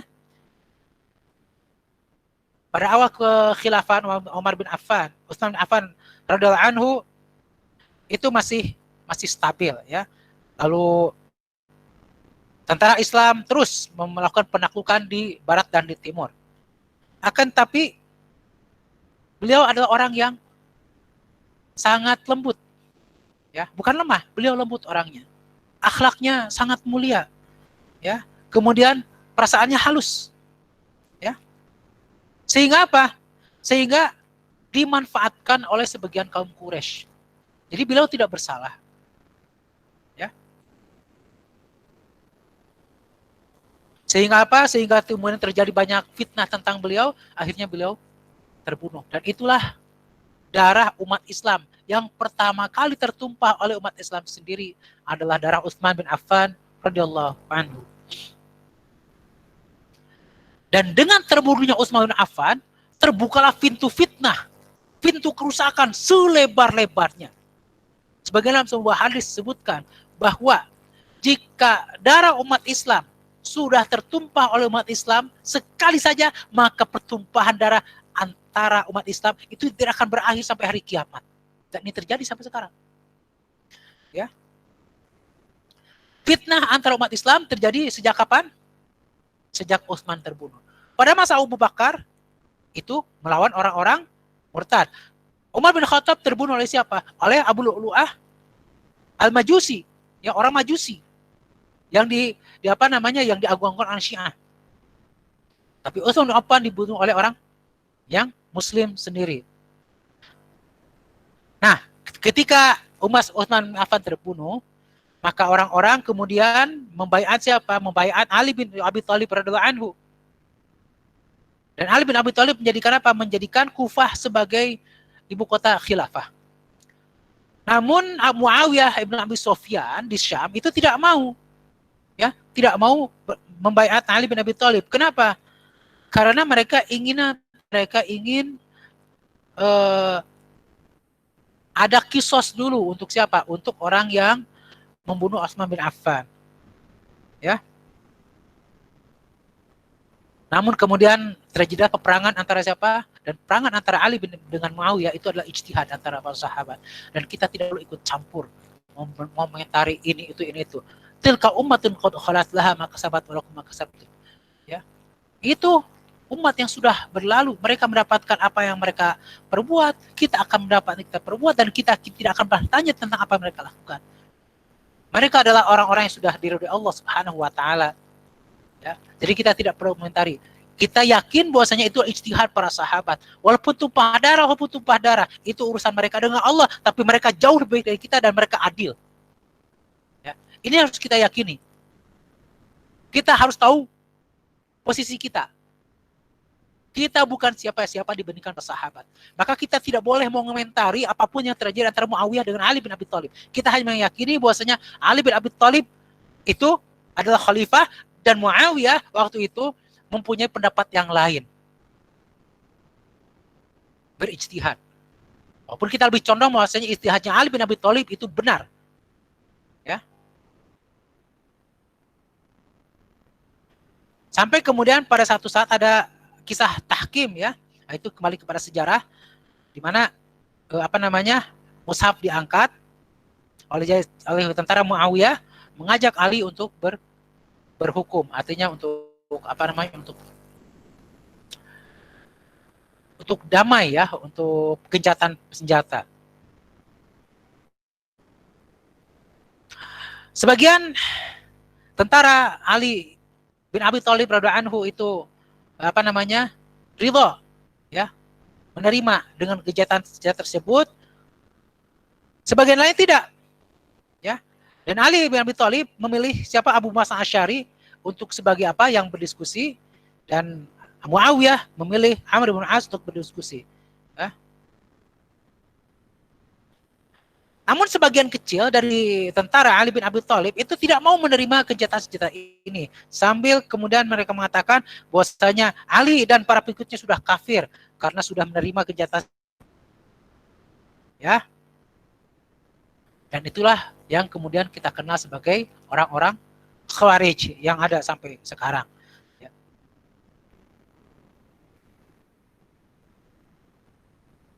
Lalu orang-orang Khawarij itu, ya, terus membesar sehingga menjadi apa? Menjadi momok, menjadi apa? Menjadi duri dalam daging dalam umat Islam. Dari dulu sejak zaman Ali bin Abi Thalib, bahkan sejak zaman Utsman, karena Utsman bin Affan juga dibunuh oleh benih-benih orang Khawarij. Ya. Nah, setelah kemudian Ali bin Abi Thalib terbunuh oleh orang-orang Khawarij, ya, maka kemudian khilafah para waktu itu umat Islam, mayoritas umat Islam kemudian membaiat Al Hasan bin Ali bin Abi Thalib anhu. Namun setelah 6 bulan kekhilafahan beliau menyerahkan kekhilafahan kepada Muawiyah bin Abi Sufyan radhiyallahu anhu, yang kemudian pada saat itu disebut sebagai amul jamaah, di mana sudah bersatu dua kelompok yang bertikai. Makanya Rasulullah SAW pernah menyebutkan bahwa Al Hasan bin Ali bin Abi Thalib radhiyallahu anhu itu adalah apa? Adalah orang yang akan menyatukan dua kelompok yang bertikai. Nah, ketika Muawiyah bin Abi Sufyan menjadi pemimpin umat Islam pada saat itu, ya, selesailah masa Khulafa Rasyidin. Ya, berapa? 30 tahun. Ya, pas. Ya. Dan pada masa itu, pada masa Muawiyah bin Abi Sufyan, umat Islam terbagi menjadi 3 kelompok. Pertama adalah jumhur umat Islam. Ya. Yaitu siapa? Mereka yang ridha dengan kepemimpinan Muawiyah. Jumhur, artinya mayoritas. Kemudian yang kedua Syiah, yaitu orang yang mereka lebih mereka hanya mengakui Ali dan mencintainya. Yang ketiga adalah Khawarij, ya, mereka yang benci kepada Ali, benci kepada Muawiyah, hanya cinta pada diri mereka sendiri. Ya, inilah 3 firqah yang kemudian mempunyai pengaruh dalam fikih Islam pada fase berikut ini. Itu sejarah masa politik di kondisi politik pada masa Khulafa Ar-Rasyidin. Kemudian sumber-sumber fikih kita lihat ya. Kalau tadi bahasa Nabi sumber tasyri', sumber pensyariatan. Kalau pada masa Khulafa Ar-Rasyidin dan selanjutnya itu bukan sumber tasyri', tapi adanya adalah sumber fikih. Kenapa? Tasyri' sudah selesai. Yang adalah fikih, yaitu pemahaman dari syariah. Sumber-sumber fikih pada masa Khulafa Ar-Rasyidin. Sebagaimana kita ketahui, pada masa Khulafa Ar-Rasyidin itu negara Islam itu semakin meluas. Ya.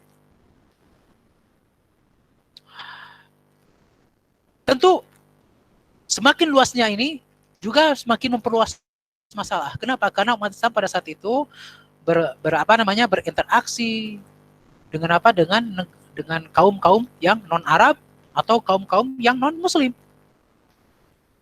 Akulturasi ada di situ, budaya, kebiasaan, dan segala macamnya. Sehingga banyak masalah-masalah yang timbul. Yang tidak ada pada masa Rasulullah SAW, bahkan juga tidak ada dalil yang sharih, dalil yang terang-terangan menunjukkan tentang masalah yang mereka hadapi. Ya. Namun pada masa Khulafa Rasyidin, ya, yang menjadi sumber fikihnya pertama adalah apa? Pertama adalah Al-Quran, jelas. Kemudian As-Sunnah. Bahkan dalam As-Sunnah ini jika mereka tidak tahu, mereka bertanya kepada sahabat yang lain. Ya, mereka bertanya kepada sahabat yang lain. Atau ketika mereka tidak tahu, kemudian para Khalifah Rasyidin itu ketika tidak tahu dari ijtihad, kemudian ada sahabat yang memberitahukan satu hadis, maka mereka rujuk dari ijtihad mereka tersebut. Ya.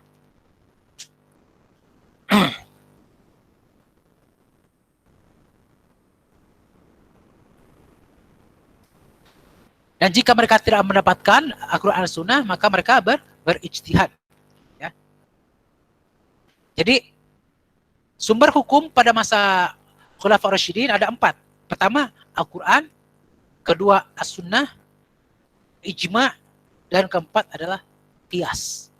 Ya, mereka mengkiaskan dengan ijtihad mereka. Ijma' artinya adalah kesepakatan para sahabat semuanya. Sekarang di masa Khulafa Rasyidin ada kejadian penting, yaitu diantaranya adalah pengumpulan Al-Quran. Al-Quran dikumpulkan 2 kali. Pertama pada masa Abu Bakar As-Siddiq radhiyallahu anhu ketika pada saat itu ketika Harbur Riddah, ya, memerangi orang-orang yang murtad. Itu banyak qurra.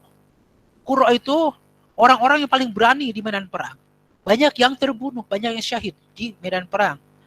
Dan itu menimbulkan keresahan di hati Umar bin Khattab radhiyallahu anhu.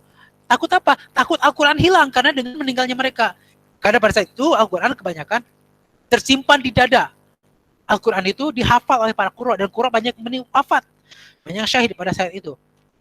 Maka kemudian Umar bin Khattab radhiyallahu anhu mengatakan, menyarankan pada Abu Bakar As-Siddiq radhiyallahu anhu sebagai apa? Sebagai khalifah waktu itu untuk mengumpulkan Al-Quran dalam satu mushaf. Pada awalnya Abu Bakar As-Siddiq menolak.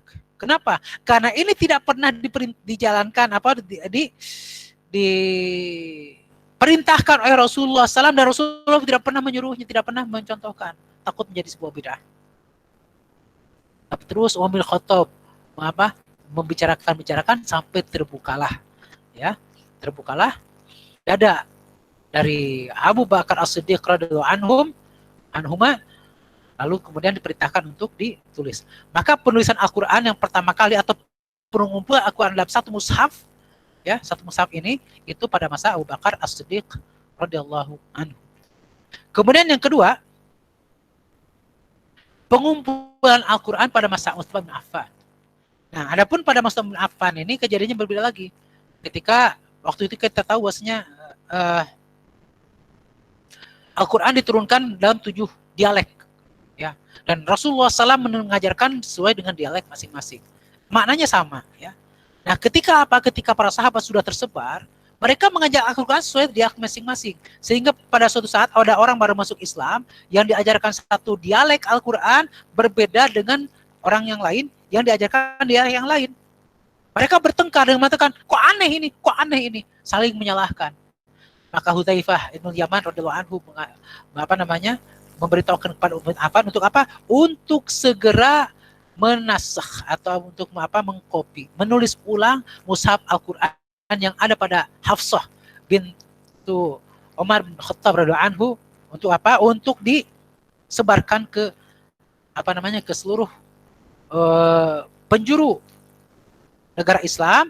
Agar apa? Agar mereka semua membaca Al-Quran dengan satu dialek, yaitu dialek Quraisy, karena Quraisy itu bahasa utama Al-Quran, dan itu bahasa Rasulullah SAW, karena Rasulullah adalah orang Quraisy. Maka ditulislah Al-Quran, sebutkan kepada beberapa negeri, baik ke Mesir, ke Syam, itu dikembalikan kepada Hafsah bintu Abu Bakar radhiyallahu anha. Jadi ada 2 khalifah yang berjasa dalam pengumpulan Al-Quran. Pertama adalah Abu Bakar As-Siddiq, mengumpulkan dalam satu mushaf. Kemudian Utsman bin Affan radhiyallahu anhuma yang kemudian mengcopy atau menulis ulang dalam beberapa mushaf. Sehingga apa? Sehingga Utsman bin Affan melarang, bahkan menyuruh untuk membakar mushaf yang ditulis dengan dialek bahasa Quraisy. Sehingga Islam sekarang bersatu dalam satu dialek saja. Kemudian ikhwati wa akhwati fillah, futuhat Islamiyah. Apa itu futuhat Islamiyah? Itu penaklukan negeri-negeri di sekitar Jazirah Arab bahkan sampai ke Eropa, ya. Umat Islam pada masa Khulafaur Rasyidin itu terus, ya, menaklukkan negara-negara sekitarnya yang mempunyai mungkin peradaban yang sudah lama, baik Persia, Romawi, juga Babilonia, ya, dan juga yang lain-lainnya, ya. Dengan meluasnya perluas, maka semakin luas juga masalah-masalah, ya, semakin luas masalah. Timbullah kasus salah yang belum pernah ada pada masa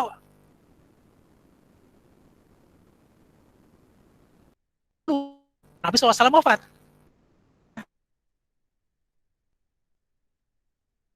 Yang sama sekali tidak ada nasnya dalam Al-Quran dan As-Sunnah. Ya. Yang paling pertama masalah yang timbul setelah Nabi SAW wafat adalah apa? Masalah khilafah. Siapa, ya? Yang kemudian berakhir dengan siapa? Dengan di baiatnya Abu Bakar As-Siddiq. Kemudian dalam masalah yang pengumpulan Al-Quran, ya, itu juga tidak ada dalilnya. Tapi dengan ijma sahabat, maka itu dilaksanakan. Kemudian ketika Umar membuka kantor-kantor, ya diwan-diwan, untuk apa? Untuk lebih mempermudah urusan manajemen dan administrasi, itu juga bertanya ke sahabat. Itu juga berdasarkan apa namanya? Eh, berdasarkan ijma para sahabat. Nah, itu perkara-perkara yang para sahabat berijma, bersepakat dalamnya. Namun ada perkara yang para sahabat berselisih pendapat. Nah, ikhwati fillah wa akhwati fillah. Para sahabat berbeda pendapat hanya dalam masalah furu', bukan masalah usul. Para sahabat tidak pernah berbeda pendapat dalam masalah akidah. Masalah usul akidah tidak pernah berbeda pendapat. Ya. Usul akidah mereka tidak pernah berbeda pendapat, tapi berbeda dalam masalah furu'. Nah, sekarang kita lihat perbedaan pendapat para sahabat, contohnya dalam masalah ghanimah. Ya. Dalam masalah ghanimah, bahwa ghanimah itu kalau pada masa Nabi SAW itu dibagi rata, dibagikan kepada orang-orang yang berperang. Tetapi Umar bin Khattab kemudian jadikannya wakaf bagi umat Islam. Ya, ada yang menyetujui, ada yang tidak. Ya, pendapat Umar bin Khattab itu disetujui oleh Ali bin Abi Thalib dan Mu'adz bin Jabal. Ya, tapi sahabat yang lain tidak. Ya, seperti itu. Dan itu tidak masukkan masalah apa? Masalah akidah. Kemudian yang kedua, yang khilaf, perbedaan pendapat antara para sahabat adalah tentang hukuman bagi orang yang minum khamar atau minum minuman memabukkan. Sebelum masa Umar bin Khattab, hukum orang yang minum khamar itu adalah dipukul pakai tangan, ya, dipukul pakai tangan begini, atau dipakai sendal dan pakai ujung baju, pukuli, ya. Lalu tanpa ada batasan-batasan tertentu, berapa jumlahnya, ya tidak ada, ya. Karena apa? Karena Rasulullah SAW tidak pernah menetapkan hukum orang minum khamar itu berapa. Ya. Ketika masa Umar bin Khattab, orang kemudian menganggap remeh hukuman khamar ini. Jadi jangan pukul pakai tangan, pakai sendal kuat. Jadi makin banyak orang yang minum khamar. Ya. Maka Umar bin Khattab ingin apa? Ingin membuat sebuah hukuman yang jelas atau terukur untuk orang yang minum khamar, ya. Maka kemudian Abdurrahman bin Auf mengatakan, akhaful hudud samanun, bahwasanya hukuman had yang paling ringan kali. Maka Umar kemudian memerintahkan khamar itu dicambuk.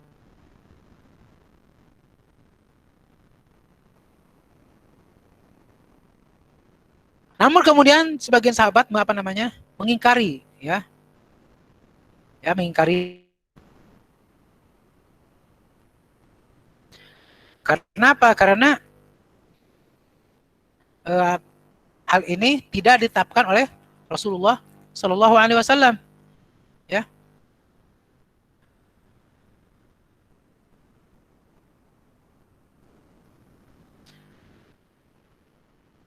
Namun Umar bin Khattab sebagai khalifah mempunyai kewenangan untuk apa? Untuk perkara-perkara yang tidak ada dalilnya, ya. Maka ditetapkan Umar bin Khattab 80 kali cambuk.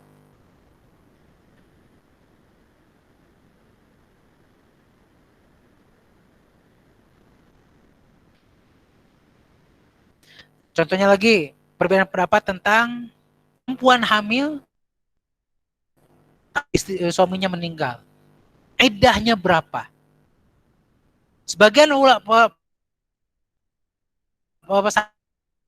hamil Itu apa? Sampai melahirkan. Jadi walaupun contohnya hari ini suaminya meninggal, besok istrinya melahirkan, maka sudah selesai iddahnya. Karena dalam surat Al-Baqarah ayat 234 firman, walladzina yutawaffawna minkum wa yadharuna azwaja yatarabbasu, untuk yang wafat ya. Untuk yang wafat dalam surat Al-Baqarah, Rasulullah menetapkan apa? Iddahnya 4 bulan 10 hari. Tapi untuk yang hamil, adapun perempuan hamil, iddahnya adalah sampai melahirkan. Nah, sekarang perempuan hamil ditinggal meninggal oleh suaminya, bukan diceraikan. Nah, para sahabat berbeda pendapat. Sebagian sahabat berpendapat bahwa ambil iddah yang terlama. Diambil iddah yang terlama. Itu apa? Kalau iddah terlamanya itu adalah sampai mungkin suaminya meninggal, dia baru 2 bulan, 2 bulan hamil, maka berarti iddahnya sampai. Sebagian ulama berpendapat lagi bahwa, tapi kalau sepertinya ini meninggal suaminya besok wafat, maka diambil yang 4 bulan 10 hari, karena itu lebih lama. Sahabat yang lain berpendapat apa? Bahwa iddahnya itu adalah perempuan hamil, bukan iddah yang ditinggalkan meninggal. Jadi walaupun besok hari ini meninggal, besok melahirkan, maka sudah selesai masa iddahnya. Ya, seperti itu. Dan itu perbedaan pendapat yang biasa. Ya.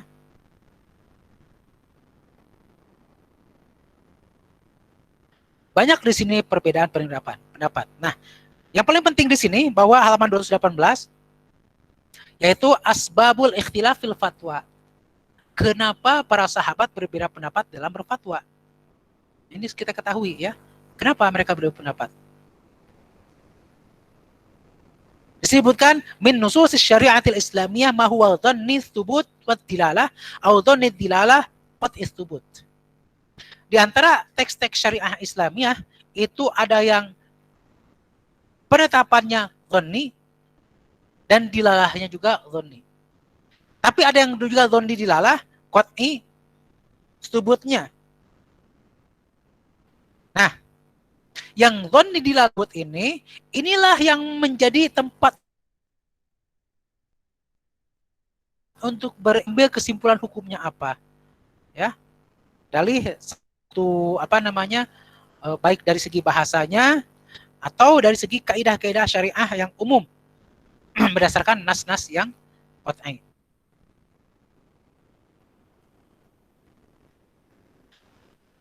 Kita mengetahui bahwasanya manusia itu tidak sama pemahamannya. Ya. Kemudian juga di dalam pengambilan dalil juga tidak sama. Maka tidak mungkin mereka sama di dalam berpendapat. Pasti akan berbeda. Ya. Namun Allah Subhanahu wa taala sudah menjaga umat ini bahwasanya mereka tidak akan pernah berbeda pendapat di dalam masalah akidah. Ya kan akidah itu qat'i semuanya. Ya. Dan juga syariah yang qat'i dilalah juga tidak akan ada perbedaan pendapat. Tetapi pendapat itu dalam masalah-masalah yang cabang saja.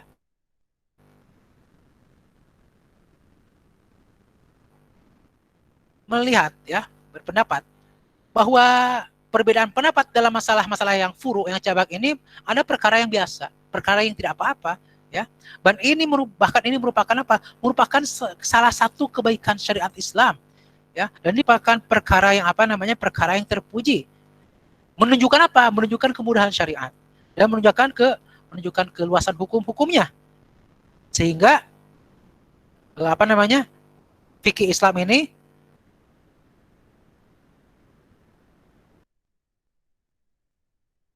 menjadi apa? Menjadi syariat hukum yang ya. Dan pendapat para ulama yang mengatakan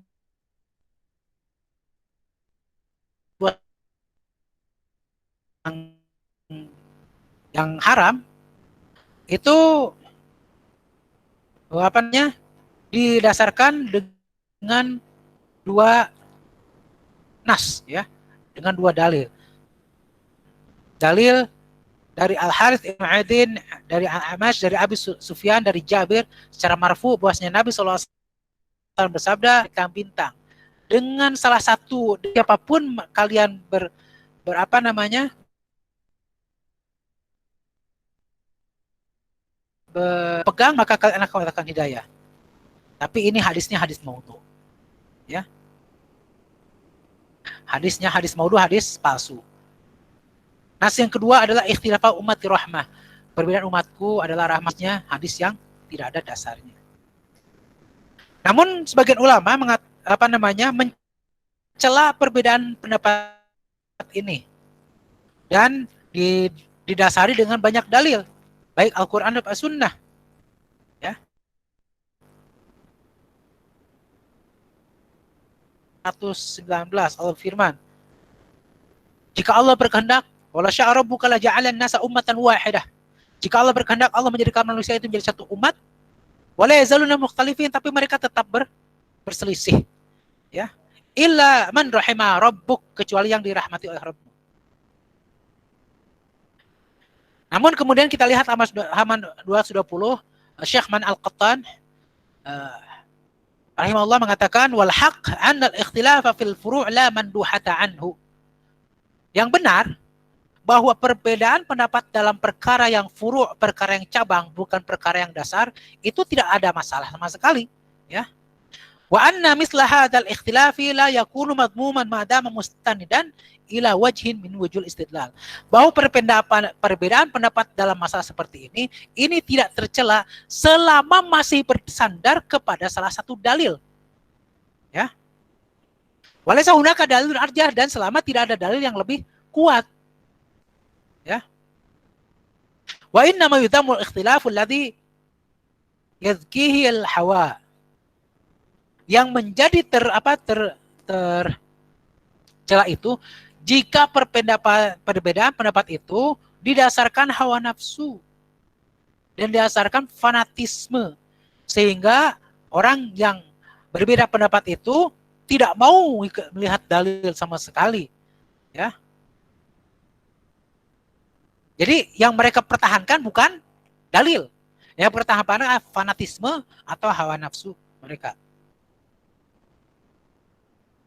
Para ulama dari dulu sampai sekarang itu sudah menulis tentang perbedaan pendapat para ulama dan menerangkan sebab-sebabnya. Nah, kemudian insya Allah untuk terakhir pada siang hari ini kita akan melihat sebab-sebab perbedaan pendapat. Ya, kenapa ada perbedaan pendapat? Kenapa tidak satu pendapat saja begitu? Ya. Sebabnya pertama adalah perbedaan pemahaman para sahabat dalam hal-hal yang global dalam Al-Quran. Perbedaan pemahaman para sahabat tentang hal-hal yang global atau dalil-dalil yang global dalam Al-Quran. Ya, contohnya dalam surat Al-Baqarah ayat ke-227. Itu ada satu lafaz yang mempunyai dua makna. Ya, satu lafaz mempunyai dua makna. Contohnya Allah firman, wal mutallaqatu yatarabbasna bi anfusihinna thalathata quru. Dan perempuan-perempuan yang ditalak mereka menunggu berdiam diri selama 3 quru. Quru ini dalam bahasa Arab artinya bisa haid, bisa artinya artinya adalah suci. Nah, di sini para sahabat ada yang berpendapat 3 kali suci, ada yang berpendapat 3 kali haid. Ya, karena apa? Karena mempunyai dua arti yang sama. Kemudian yang kedua, bahwa dalilnya itu bisa mengatakan ada kemungkinan secara berturutan, ada kemungkinan tidak, ya. Seperti dalam surat dalam surat Al-Baqarah ayat 226, ayat 227, ya. Kemudian yang ketiga, bahwa dalil itu kelihatan ada pertentangan antara dua hukum, ya. Seperti tadi ya, antara perempuan yang hamil tapi suaminya meninggal. Kan seperti pertentangan, apakah idahnya sampai hamilnya selesai atau idahnya sampai waktu yang paling lama, ya, seperti itu. Dan banyak lagi, ya. Bahkan sampai sampai Ibnu Umar radhiyallahu anhuma itu melarang untuk menikahi perempuan ahlu kitab berdasarkan dalil Al-Qur'an surat Al-Baqarah ayat 221. Yaitu wala tankihul musyrikati hatta yu'min, dan janganlah engkau menikahi perempuan-perempuan musyrikah sampai mereka beriman. Dan dan Ibnu Umar radhiyallahu anhu mengatakan, aku tidak mengetahui ada syirik yang lebih besar daripada mengatakan bahwasanya Isa adalah Tuhan, ya. Namun itu juga kemudian jumhur sahabat, mayoritas sahabat mengatakan boleh menikahi perempuan ahlu kitab, ya. Kenapa? Berdasarkan dalil dalam Al-Quran, wal muhsanati minal ladzina utul kitab min qablikum. Itu merupakan dalilnya, ya. Jadi sebab pertama adalah adalah perbedaan pemahaman sahabat di dalam memahami Al-Quran yang ayat yang mujmal. Kemudian yang kedua, bahwa mereka berbeda di dalam mendengarkan hadis dari Nabi Shallallahu Alaihi Wasallam, ya, dan berbeda dalam ijtihad dalam memahaminya. Maksudnya berbeda mendengar apa? Ada yang mendengar, ada yang tidak. Kan tidak setiap sahabat itu selalu bersama Nabi SAW selama 24 jam. Ya. Nah, orang yang mendengar dengan orang yang tidak mendengar tentu berbeda pendapat. Yang sama-sama mendengar pun belum tentu memahaminya sama. Ya. Contohnya, salah seorang sahabat pernah mendengar satu fatwa dari Nabi SAW, tapi yang lain tidak mendengar. Yang tidak mendengar ini berijtihad dengan pendapatnya sendiri. Yang mendengar laksanakan sunnah hukumnya Rasulullah Shallallahu Alaihi Wasallam. Ya. Kemudian yang kedua, dia mendapatkan hukum atau sampai hadis dari Nabi SAW, tapi dia ragu kepada orang yang menyampaikannya. Ya. Dia ragu, orang menyampaikannya mungkin pelupa atau apa. Maka dia tidak mengambil riwayat tersebut, dia tetap berijtihad dengan ijtihadnya sendiri. Ya. Kemudian sebagian sahabat melihat sebuah perbuatan Rasulullah SAW. Ya. Nah, sebagian dari mereka menganggap perbuatan Rasulullah SAW sebagai sunnah, sebagian lagi menganggapnya itu hanya sebagai kebiasaan Nabi SAW. Ya. Nah, di situ maka kemudian mereka berbeda pendapat. Kemudian yang ketiga menjadikan kenapa para sahabat berbeda pendapat adalah perbedaan ijtihad mereka dalam satu masalah yang tidak ada dalilnya. Ya.